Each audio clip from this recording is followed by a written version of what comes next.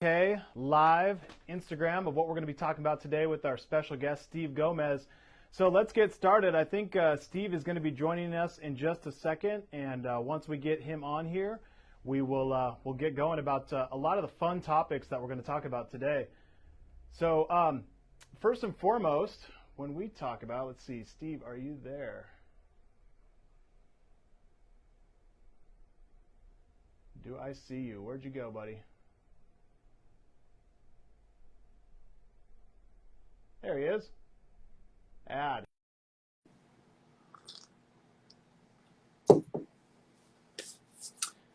All right, and he is on. Cool. Steve, how's it going, buddy? What's going on, brother? How are you? I'm doing great. Thanks for joining us today. My pleasure. Hi, everybody. Yep. Absolutely. And, you know, this is actually going to be an international live. We do have this being promoted in South Africa, Russia, East Coast, West Coast. We're in China, Australia, New Zealand, UK, Germany. I mean, it's literally being promoted worldwide. So this will be good because we have a lot of stuff that we want to talk about, important topics for today.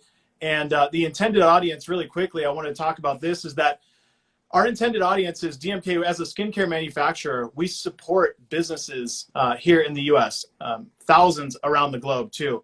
And most of our customers that are going to be on the Instagram Live today are going to be our existing clinics that we work with day in and day out.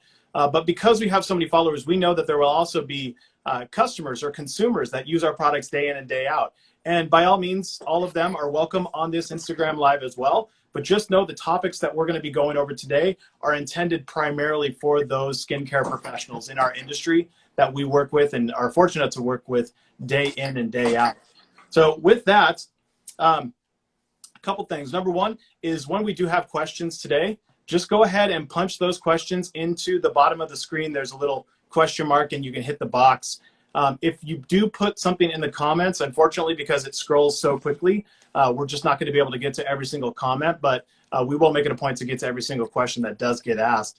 So with that, let me turn it over to Steve. Steve, why don't you tell us a little bit about who you are, why we're here today, and ultimately how everyone that's on the live can benefit. You got it. First of all, Drew, thank you to you, Donna, and the whole team for having me. You know, I've been honored to be working with you guys behind the scenes since early December. Really love your crew, an amazing team of people, an amazing quality product, of course, and just such a great commitment and such great common values that we all work from, which I've really enjoyed in our time together. To all of you that are out there, I mean, I saw people chiming in from all over the place. Baja, hello. We're just south of you. I'm here in Chino Hills, and I know Drew is in Costa Mesa, Santa Fe Springs area. Hello to Tamra. Hello to Eileen, two clients that I've worked with for years. Hello to all of you from Norway that I saw. Sláinte to my friends in Ireland. Just really, really great to see everybody here from all over the world. And I guess before I even introduce me and talk about myself, for those of you that don't know me, I'm just going to say all of us being here together from all over the United States and all over the world is just a representation of the fact that we are all in this together. Hello from Durban. Awesome. Yeah. Love that. You know, we really are all in this together. We are a global community. I've had the honor as a trainer and as a business coach to travel our world. For my Irish friends, I was in Dublin last year at a conference with a software company, had 500 people from all over Europe. I've been down to Bogota. I see Colombia's in the house. I spoke at a conference down there. I was just in Italy in mid-February, right before all the chaos hit, and had about 70 salon owners that I had the honor of spending a few days with. And, you know, when people like us, Drew, in our line of work, when we travel, we get to see a global perspective. And if there's one thing about our industry that's amazing about us, is while we come from diverse cultural backgrounds, maybe different monetary or political ways of life, when it comes to our industry and what we do, we are licensed to place our hands on people. We are licensed to touch and nurture and comfort and support the health and well-being of people. And that's universal, no matter where in the world you are, no matter what you believe or espouse, that's universal. Absolutely. You know, we also have to run a sound, operationally mindful and financially structured business. Doesn't matter where you are in the world. You have to have a marketing plan. You have to have a clear idea around how you're going to sell your wares to your community, who you are, what that brand message is. You have to be clear about what your key performance financial indicators are and the impact they make, and allowing the data to help you make a mindful choice in your business operation. And you have to have systems for how you integrate, hire, train, and develop people. You know, so I'm really honored to have all of you on here. I've always come from a philosophy of bringing a global message out of the humbling honor I've had personally, being able to travel our world in our industry. So if you don't know me, I grew up around the industry, been involved around it my whole life. I'm from Chicago originally. My family owns a chain of pizzerias back home, and also owned a salon. So I come from our world. I love what we do. I went to school for restaurant management and marketing. I thought that was going to be the path. Working for the family, you're working 90-hour weeks, you get burned out. You know, left that path, came over to this side of the coin in '93. And from then to now, I've worked as an entrepreneur, running a business, loved what I did. Like everybody here, we love what we do. But you see, I never got past algebra in high school, never thought I'd be smart enough to understand it, avoided the numbers. I thought as long as we had a full book, we had more business tomorrow and the next day and the next day, and clients were coming in, life was going to be great, let's go shopping. You know, that was kind of my mentality. I lived in the now. I made money creatively and I spent it very creatively. I lived in a high rise in downtown Chicago. I had the nice car, went out to the nice meals. Hey, what's wrong with that? Yeah, is there anything wrong with that? Nothing wrong with okay. any of that. All right, I was going to say. And if you know Drew, he dresses very well. So we know that you espouse. I get it. I get it from Danae. That's from Danae, okay? I mean, that's all him. However, I didn't have a budget in place. I was living in the moment. I felt because I was busy and going to stay busy, things were well, bills were paid, I was fine. Now, got audited. And, you know, in our industry, we're really good at keeping the cash and the tips. And that's what I was doing. And they went 5 years back after they looked at year one. You know, they saw the discrepancy in the bank statements and the sales receipts. And I owed them 80 grand I didn't have. That drove me to bankruptcy, divorce, lost my home. I was sleeping on my brother's couch, just fighting to keep my business going. And I didn't want to give up on it. One of my clients was working with a business coach, introduced me to her, and that I wouldn't be here with you today if it wasn't for that. I realized I had found somebody that can help me, and I had to go to the Bank of Mom one more time. All of us know that bank, whether it's Bank of Mom, Dad, Uncle, whoever. I think we're talking about that later today too, I think. Yeah. So I went to the Bank of Mom and I got a loan to hire my coach, and I began to work on turning myself around. And little did I know, Drew, that the biggest thing I had to work on was my perception, my relationship to cash flow and financial management. Yeah. Because I never got past algebra and thought I wasn't smart enough to get it, I avoided it. And I was the guy that said, all right, I'm not smart enough, so I'm gonna out hustle everybody. I'll be the first one there. I'll be the last one to leave. My life is going to be spent with me just having to grind and work hard, but I'm going to get somewhere. That was my thinking. And what I realized was in working with my coach that my story that I wasn't smart enough was just that. It was just a story. And I had to overcome and recreate my thinking around finance. And when I did that, I was able to go on and turn everything around. I was able to pay down all the debt, rebuild my company, sell that for a profit. That was so transformative for me that when the company that I was being coached by offered me a chance to join them, I moved out to Southern California back in '02, and I haven't looked back since. From then to now, I've coached over 445 salons and spas of all different shapes and sizes, whether you're a clinic, whether you're multi-versatile in the different services that you provide. on both sides of the coin in our industry. I do all those things. I've had the honor, like I said, of going all over the world as an educator. If you would have told me this was my life path back those days, I would have told you were nuts. Yeah. But, you know, being coached and transforming my thinking and going through those days taught me so much that this became my life path. And this is what I dedicate myself to. I worked with the company, the coaching company I work for got bought by Milady. A lot of people here. Thank you, Eileen, for saying such kind words. I really appreciate that acknowledgement. Love you so much. You know, I worked with Milady as a subject matter expert and as a writer for about 8 years. And then I left Milady in 2016, and I launched my own brand. I was 46 at the time, and I didn't want to, I was saying to myself, I don't want to look back at retirement age and say I should have tried. Yeah. So I launched. I cashed out 401k. I invested. I launched. And Steve, I think you're preaching to the choir, because most of our clinics and our entrepreneurs that we work with are the same exact mindset of just having that, you know, that fear of, okay, what would happen if I did make this decision and go out on my own? Yeah. And they've done that and gone through that. So yeah, I know we can all relate. So yeah. Sorry. You know, so here I am now. You know, I launched my company. I wrote my first book, Financial Fitness, in 2016. I wrote another book called Interdependent Leadership, Creating a Salon Spa Culture of Inclusive Growth. I'm a big believer that no matter what we're facing, we have to face it with everybody involved, everybody putting their thinking caps on, everybody working together to take the culture to the next level. It can't just be the clinic owner trying to figure it all out and then telling everybody else what to do. If people love your culture and they're aligned with your values, they'll be good followers.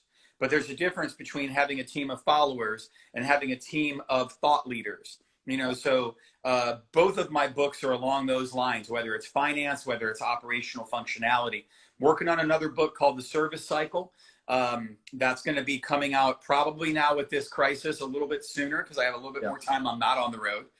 Yeah, true. Although this last month I've been pulling 5 a.m.s to 9 p.m.s, man. It's been crazy. I was going to say, are we the only ones that feel busier now than we did a month ago or 2 months ago? Yeah. It's crazy. You know, unfortunately, I've had to be on calls helping salons triage or figure out how to liquidate because they've run out of cash flow and they just can't keep moving. And you know, those are tough dialogues. And you know, that's what we're going to talk about today. Absolutely. Correct. Yeah. Correct. You know, so I just wanted to share that story with you guys because, you know, if some of you might have, if some of you on here today are looking back and wishing you would have spent more time digging into the world of finance, specifically niched to our industry, you can keep beating yourself up for that, or you can realize that this is your opportunity now while we're all sequestered and not working to shift and pivot that energy into education, to go, Drew, from anxiety to learning. You know, from anxiety to curiosity, and beginning to get financially organized, beginning to understand the world as it exists for your clinic, so that you can take the time to create more foundational structure and put it in place so that you use this as a learning curve. Now, I hope, Drew, that nobody listening to this has lost a loved one to this virus or will lose their lives. Nothing's guaranteed right now. We're in the unknown of that. We don't know. I have a mentor of mine that 2 weeks ago lost his mother on Thursday and his father on Friday to COVID, back-to-back days. And they were 2 months shy of their 70th wedding anniversary. I mean, just heartbreaking having that conversation with him.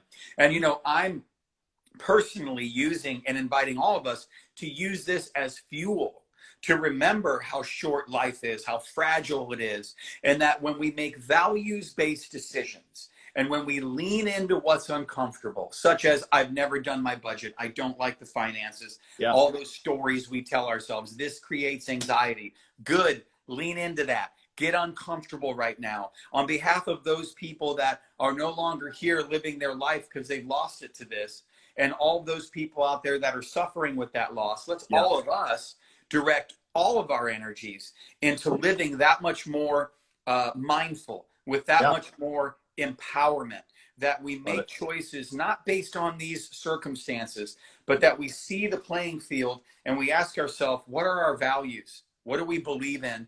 And what am I going to do right now? This could be our shining moment, when, our character is being tested, so the cream rises and the crap falls. Are we going to rise? And I believe in our conversations, that's why we're here today doing this, because that's what we've been talking about, one-on-one, like, how can we get out in front of it and communicate to leaders? Because all of you are leaders. I don't care if you work by yourself in your own clinic and you only see 10 people a week. That's 40 people a month in your community that trust you. They trust your guidance. They trust your professionalism. They trust your expertise. They're counting on you. So if you've gone dark and you haven't been out on social media, then now is the time for you to get the light turned back on and to be the leader that your community is counting on you to be. We should see you on lives like this. We should see you getting your message out there. We should see you teaching and educating. We should see you demonstrating how to use these great products and great at-home steps that people can take to manage the health and well-being of their skin. I mean, my wife knew I was coming on this today, and she had me put on a face mask. I mean, it was like all that. Was it our stay-at-home kit, the foamy lift and extra mask? Yeah. Just crazy. But we have to get out there and lead. I understand that this could make us kind of go dark for a minute and be reflective, but we have to pivot. We have to get out there. We have to have our voices heard. We have to support people and help them.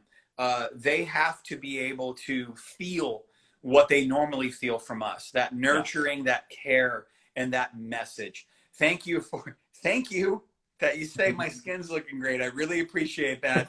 It's because I'm far away from the phone and the camera and the lighting is helping. It's all about the angle. Exactly.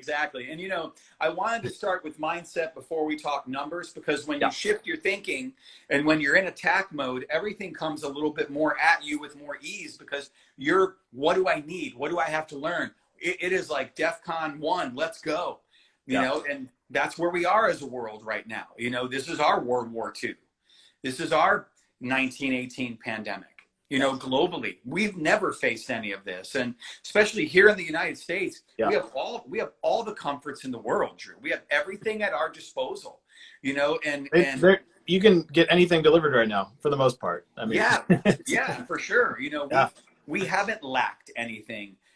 Which to me, it's like, okay, unless you're on the front line, like the first responders. My brother is one of them. He's a paramedic for the City of Chicago Fire Department. He had 18 COVID runs in the last couple of days. He's working 24 hours on, 24 hours off. So who are we to complain that we're sitting at home binge watching Netflix? Off. You know what I mean? It's like, we got to step up. I got this on, and that's as inconvenienced as exactly. For real, and look, I'm not taking away from anybody listening to this that is being severely economically impacted by this, because there are a lot of people that are. I am. My business is taking a hit. Every business out there is taking a hit. However, when it comes to life and death, we're going to move through this, and you have to think macro, not micro. Yeah. And that's also from a financial perspective. And I'll have this be the pivot for us to get into numbers and stuff like that. And I know you have some questions for me, but cool. We have to think macro, not micro. Being that 98% of us are going to live through this, this is a micro moment in the length of our lives.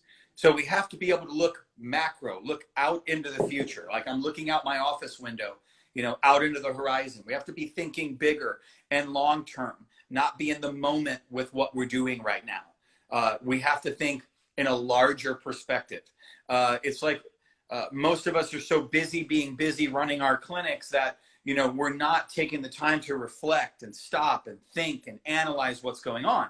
And, the most important guest you have is your business. It's your most important customer. It needs your attention, and it doesn't care how you feel. So your feelings, while relevant, must be shifted once validated into serving the business, because the business is like a baby in the crib. The baby doesn't care how you feel. The baby needs your attention.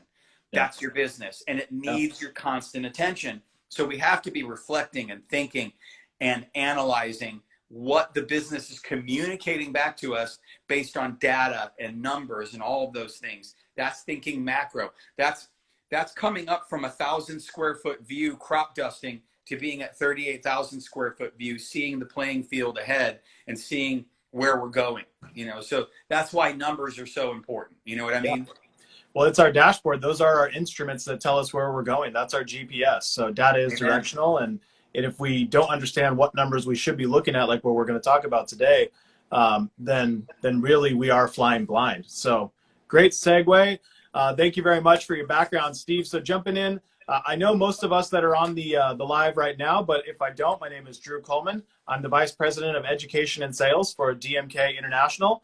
A little bit about my background is I actually started in the warehouse, literally sweeping boxes and sweeping floors and packing boxes, testing product efficacy, mixing up old batches of Accutherm and enzyme mask 2, and even epitoxyl when it used to be called Dermatox. So been going out that started 18 years ago, and have now went and did a career in commercial banking for 10 years.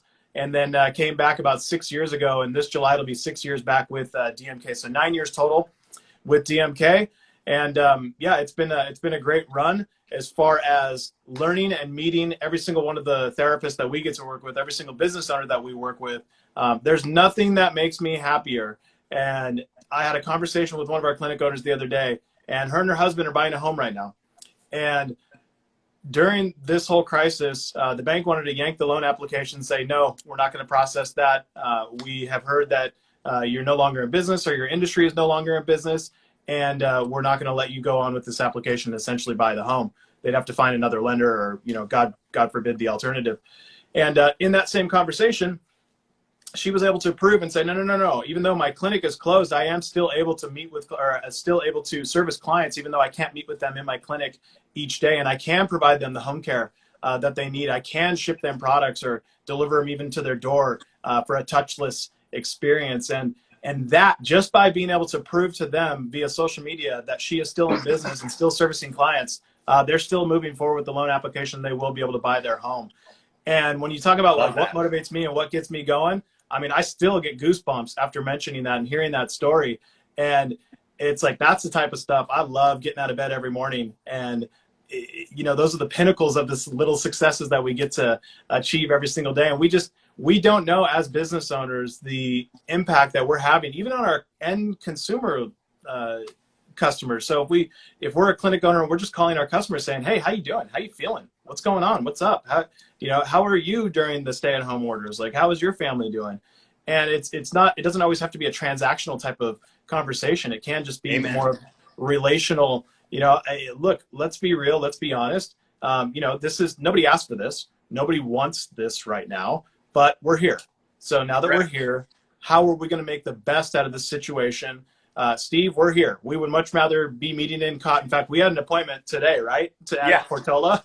We were supposed to meet right now at Portola to go over some planning for events that we're going to be doing later this year together. Correct. And I'll be the first one to say it. This sucks. I'd much rather be having Portola coffee with you. Amen, brother. Let's be real. Let's be honest. But at the same time, let's be optimistic in what we can do with the time that we do have. And I agree. I think it is a unique opportunity that we can put into practice some of the things that we're going to be talking about today, so that when we come out of it, we are stronger as the business leaders in our own organizations, whether it be the solopreneur, or if we do have multiple rooms, multiple clinics, multiple medical locations that we are working out of and with. So with that, just shifting the conversation, kind of putting some parameters around it. And I want to ask you, what we're finding is we're talking to clinic owners and business owners every day. We kind of find that there's really three different groups, if you will, that each of our business owners fall into. And I'm going to start at the top and kind of work our way down. And the first group, I'm going to call this the uber proactive. These are the ones that are saying, you know what, we're shifting, changing. It's a new business environment, but I'll be damned if something's going to slow me down. Nothing's going to get in the way of me leading my business and being successful, literally taking the bull by the horns and going at it and reaching out to clients. And actually, some have even said, like, look, I'm actually doing better now than I ever have even in January and February when things are fully open. So You that's mean the kind over of 100 people that are on here right now? Them. Yeah. yeah, Those, yeah. those, yeah. In Them. fact, many of them are even on the call right now. I just saw a Exactly. couple messages, and Yeah. yeah, I'm talking about. I won't name any names, but you know who you are because you can open up your own books and see the responses there of how you've been proactive in a very reactive situation. So that's one group, and I would say that's not the majority. That's kind of the exception. Then there are, I would say, the majority, and that is that a lot of us are, you know what, we're in this situation. I'm doing the best I can, but you know, I'm a little freaked out and I just need some help. I need some resources. I need some direction. I need some tips. I need those of you that have in the industry that are doing well or have gone through ups and downs before. Maybe this is my first time. I just started my business 2-3 years ago. I've never been through a crisis. I don't know what the heck's going on. So anything that you can help me with, Drew, Steve, DMK, account management team, you know, please just, you know, help me. That's where I'm at. And then that's the second group. And I would say that's probably a majority of the clients that I talk to. Sure. And then at the very bottom, I like to call these the Judge Judy clinics. And a Judge Judy clinic is someone that is watching Judge Judy right now. So they're at home, no faults of their own. We're all in this situation and we're curled up on the couch, freaking out. And literally, you know what? I'm closing my doors. I'm not seeing clients right now. My governor said I can't do anything. I'm not going to do anything. And I'm scared out of my mind. So I think, again, that's the exception. That's not a majority. But the reality is that we do have clients that are like that. And that's how we respond in crisis. There's not a wrong way to respond, but there is what I like to call cause and effect. So if that is how we're going to respond, then what would be the natural byproduct of taking that stance? And if hopefully, you know, we're a month into this isn't that wake up call. But if it is, then it is, as Steve said, time to turn the light bulb back on. And let's at least start looking to get into, okay, what can I be doing right now? Because there's not a day that goes by, Steve, that I don't get an email that says, hey, my clinic is not responding to me. I've emailed and called. I know they're not open. Where do I go to get that stay-at-home mask? Or where do I go to schedule an appointment for when this thing lifts? Or Mother's Day's coming up and I want to pick up some things for mom. I want her skin looking great during the holiday that's coming up here pretty soon. So those are kind of those three groups. So I want to talk about that. What should we be doing if you're in the, you know, I'm the taking the bull by the horns and I'm going for it. What should the mindset or what should those clinic owners be doing?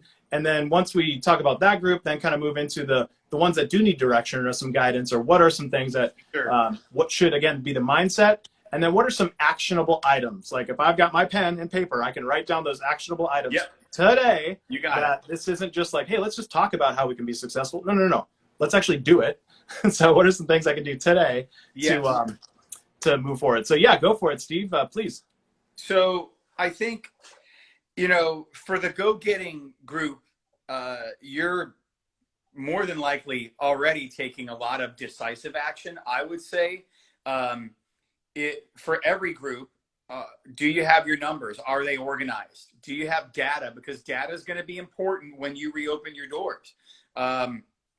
I believe that the most important thing anyone can do, and this goes across any of those three areas, is go backwards 4 months. October, November, January, February. I'm excluding December because of the holidays. Typically, we're doing 1.5 times the business. It's busier.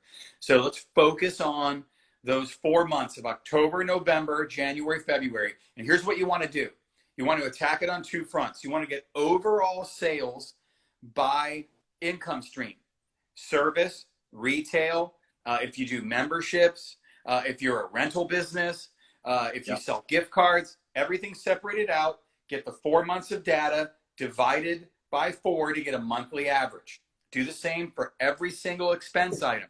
Now, if you haven't done your taxes and you're not organized, I don't care if you got to sit there and take every receipt and spend the next 3 days counting everything up and getting tedious to get exact data. You have the time right now. Do that. Get it organized.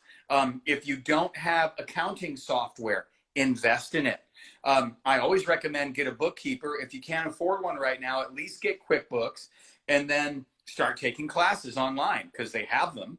Start educating yourself and get financially organized. What's really critical is that you get those 4. Why go 4 months backwards, Drew?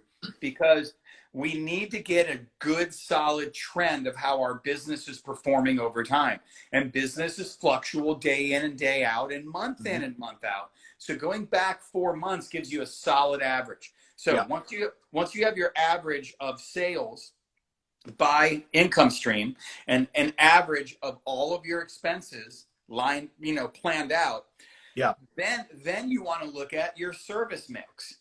And what your service mix is what percentage of your services were facial versus waxes versus specialty treatments that you provide. You need to know those percentages. And here's why this is important information.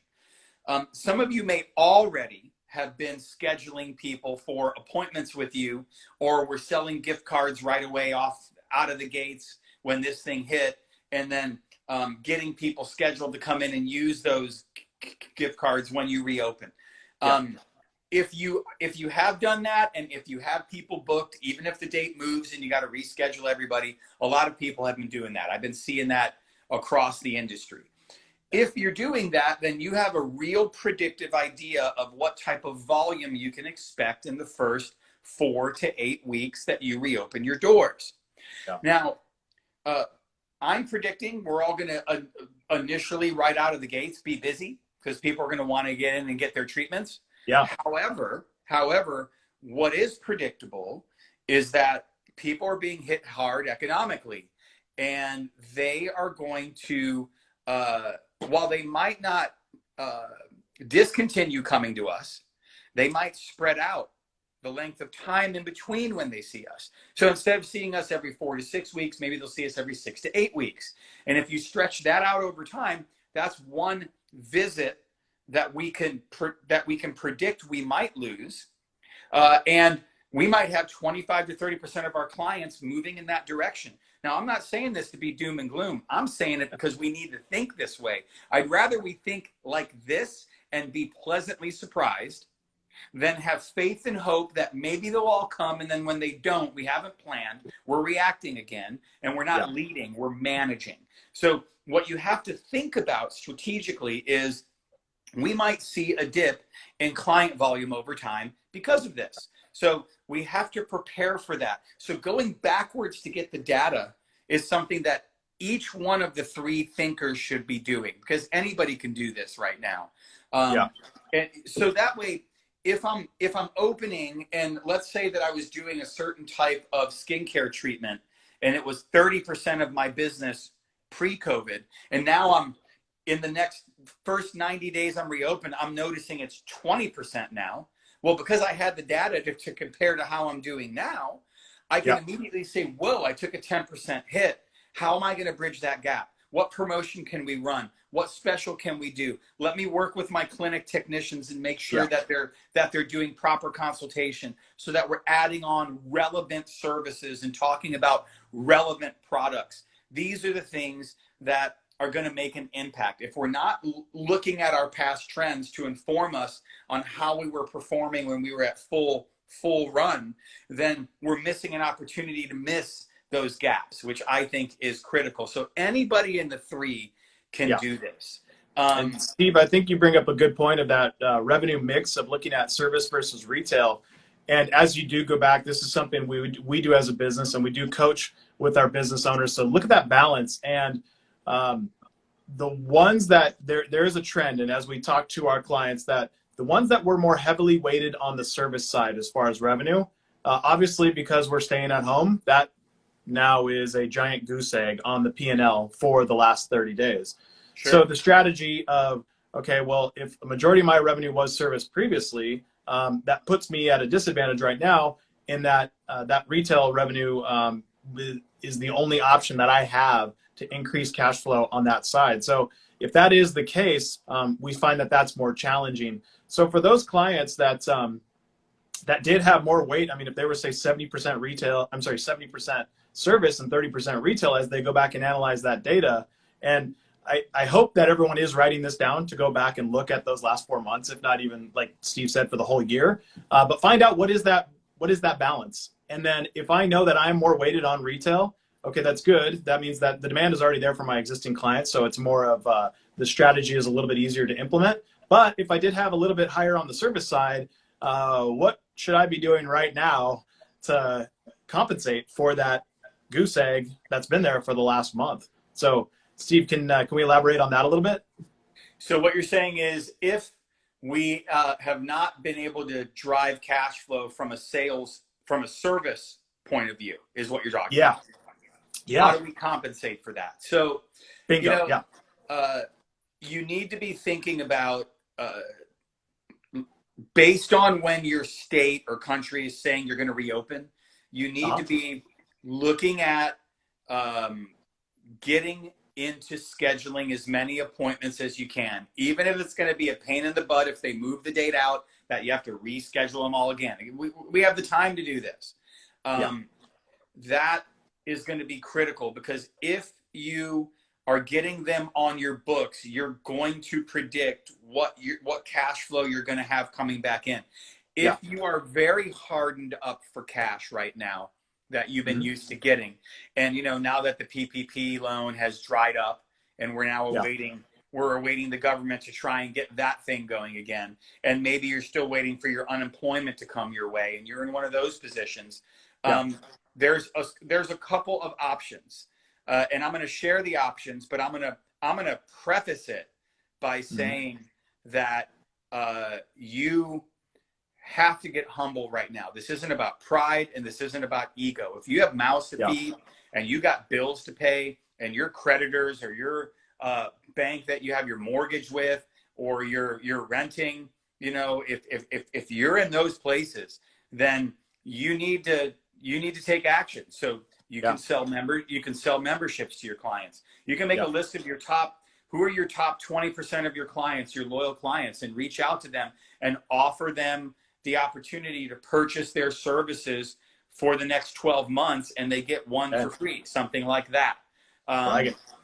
You could, I've seen a lot of spas and a lot of salons doing GoFundMe campaigns to help out their staff members who are literally fighting for their lives to get basic needs met.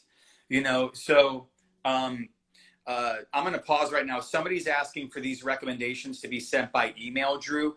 I won't have the time to watch back and remember what I'm saying. No, we're good. Yeah. Okay. No, I think continue on, and a lot of the things that we're going to be covering are great tips that we cover and have covered in other live streams. But this is good because there are some great things that we're seeing from our clients that are existing, and then just some great ideas that should be ongoing, if not during a crisis like this, but just on a monthly basis. Yeah. Okay. So cool. I just wanted to be mindful of what I just read there. We'll record everything, and then we'll send it out with some key points as takeaways. Yep. Cool. So, consider doing a GoFundMe campaign.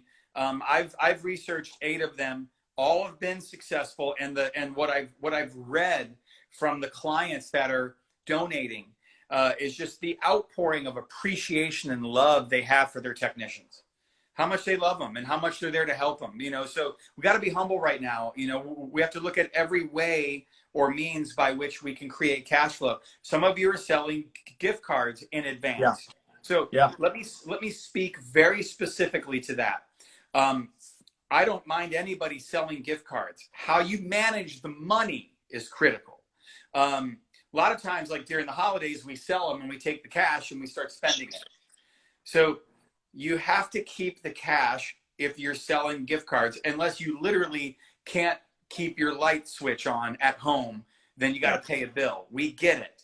This is completely this is foreign territory for us. However, what you want to do is you want to keep the cash aside, because if you have service providers working with you, you're going to have to pay them when those gift cards come in to get redeemed once we reopen.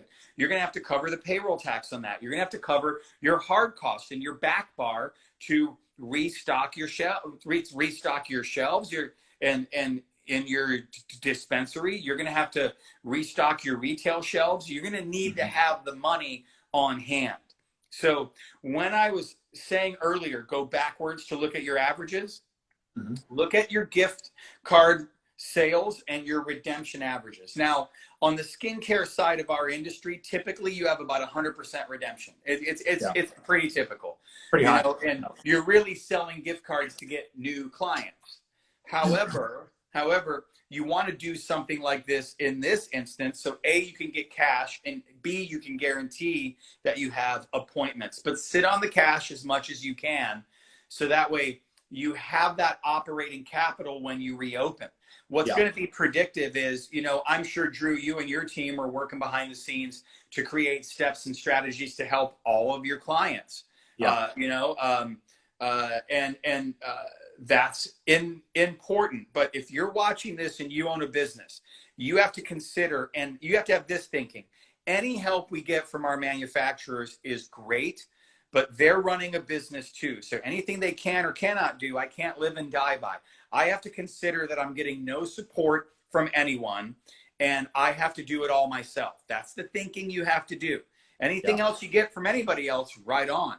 However, you have to consider, like, okay, if I'm doing this and I have to manage all of this, then what cash flow will I need to have on hand in order for me to be opening my doors and really being able to rock the house?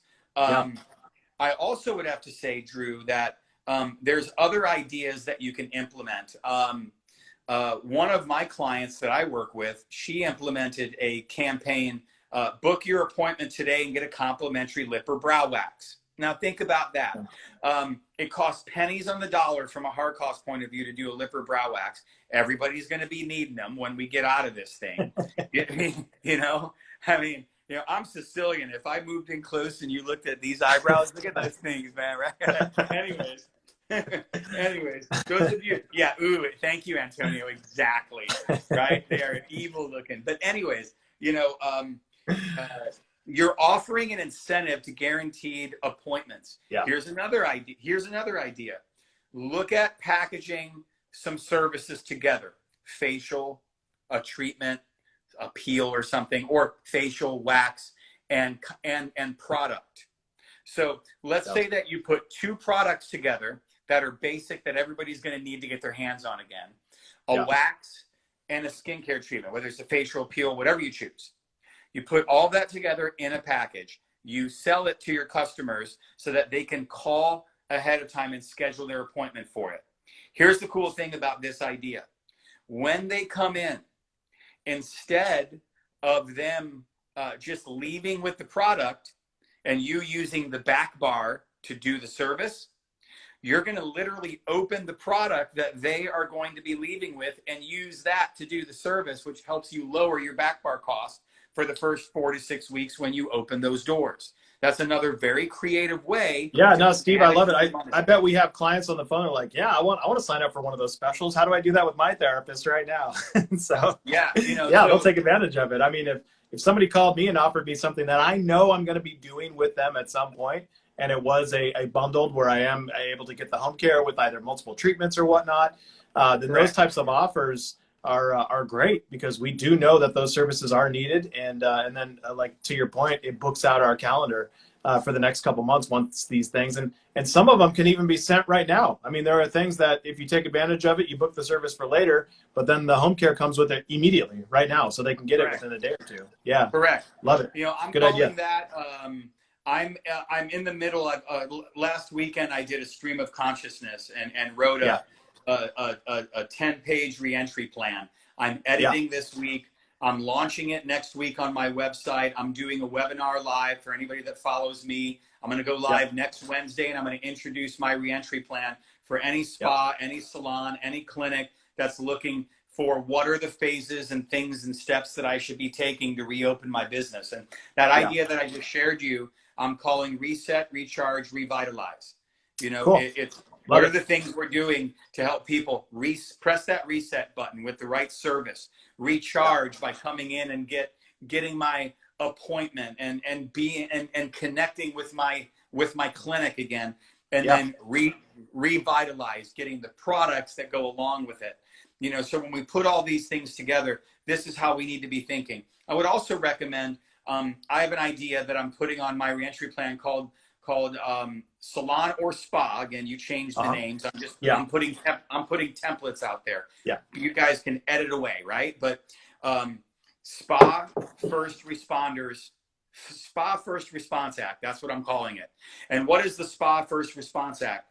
Well, I'm usually, as a coach, as a business coach, I don't believe that I'm not a big guy on discounting, Drew, unless it's strategic and not for a long period of time. However, I'm with you. I agree.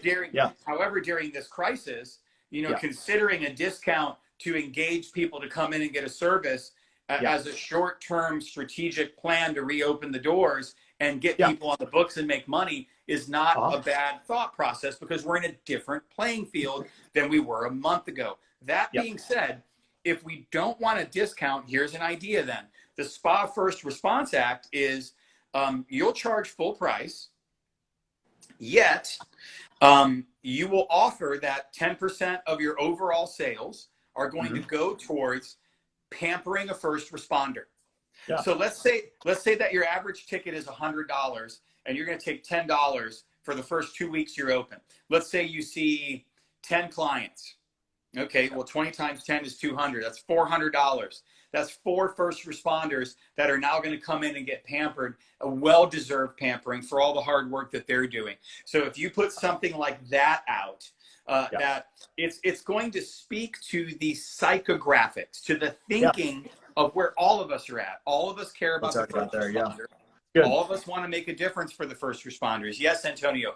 Firefighters, paramedics, police officers, nurses, doctors, anybody on the front lines. I don't care if it's the person who is in the kitchen delivering the food in the hospital. All of them are at risk, and all of them are working their butts off.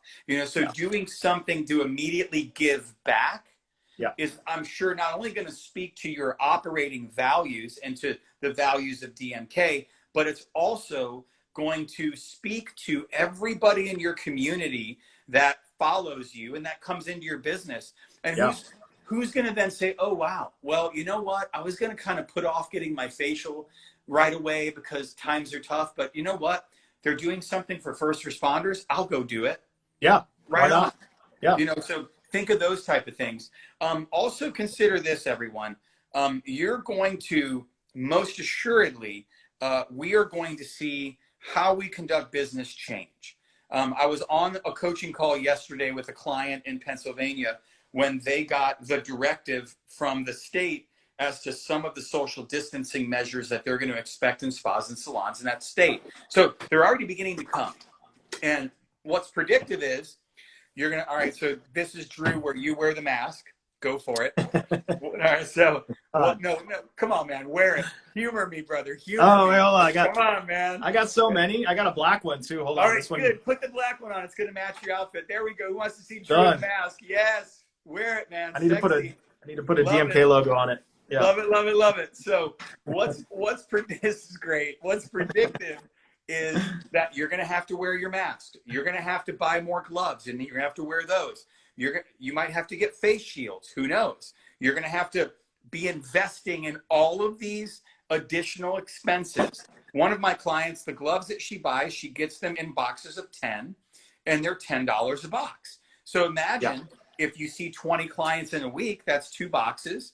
That's $20. There's another $80 a month based on just seeing 10 people a week or whatever. So we need DMK masks. I love that idea. Yeah. Well, hey, while you're mentioning comments, Steve, if someone does have a question, I've seen a few questions hit the comments, but they go by so quickly that we're unable to actually read them. So if you do have a question, please punch the little question mark box at the bottom of the screen and submit the question there.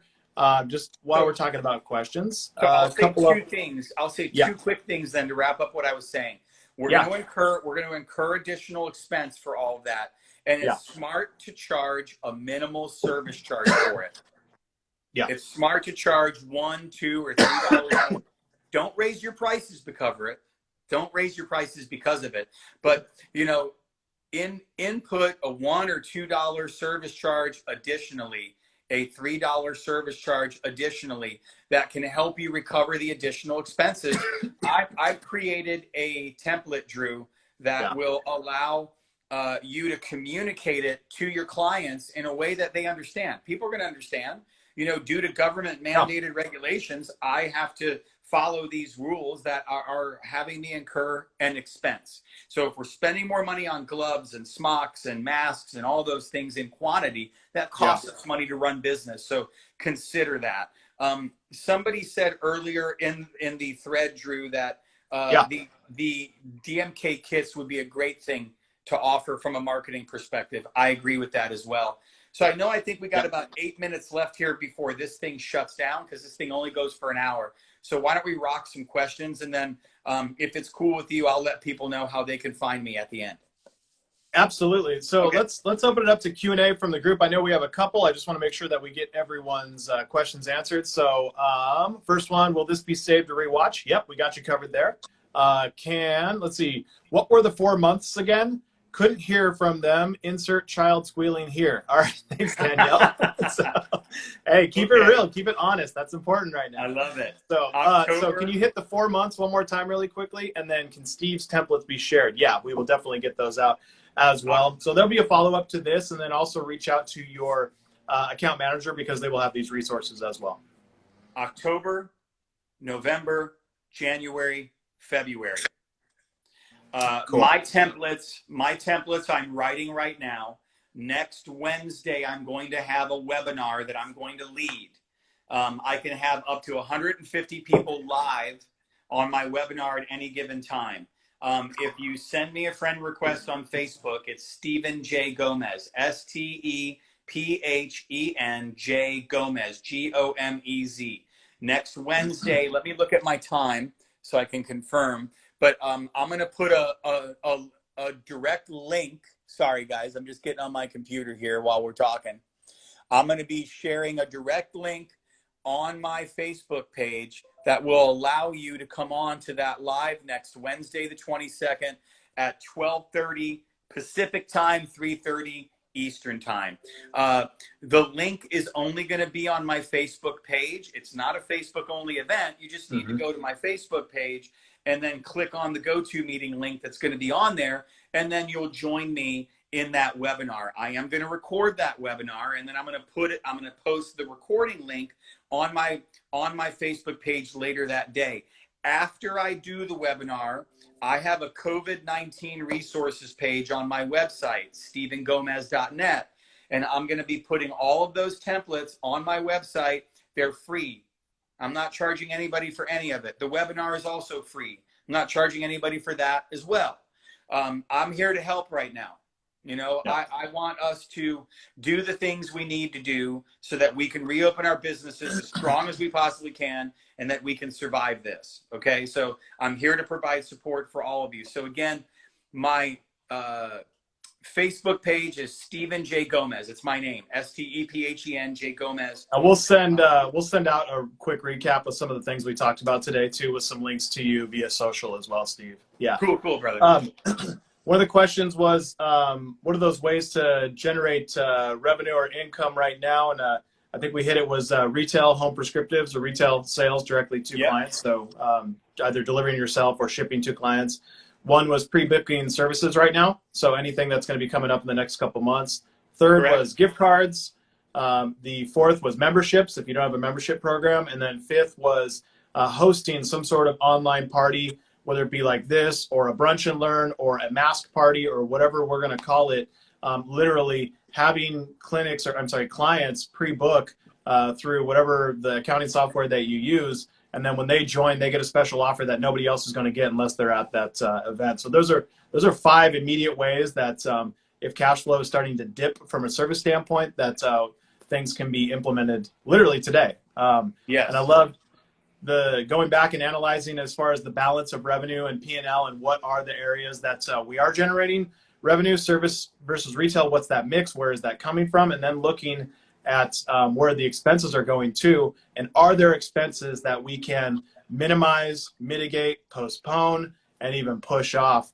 And one of the things, for the sake of time, was the different ways that we can buffer the income and the expenses right now. So what are those ways? So there was at the very end going to the GoFundMe campaign, at the very least having some sort of savings or buffer there.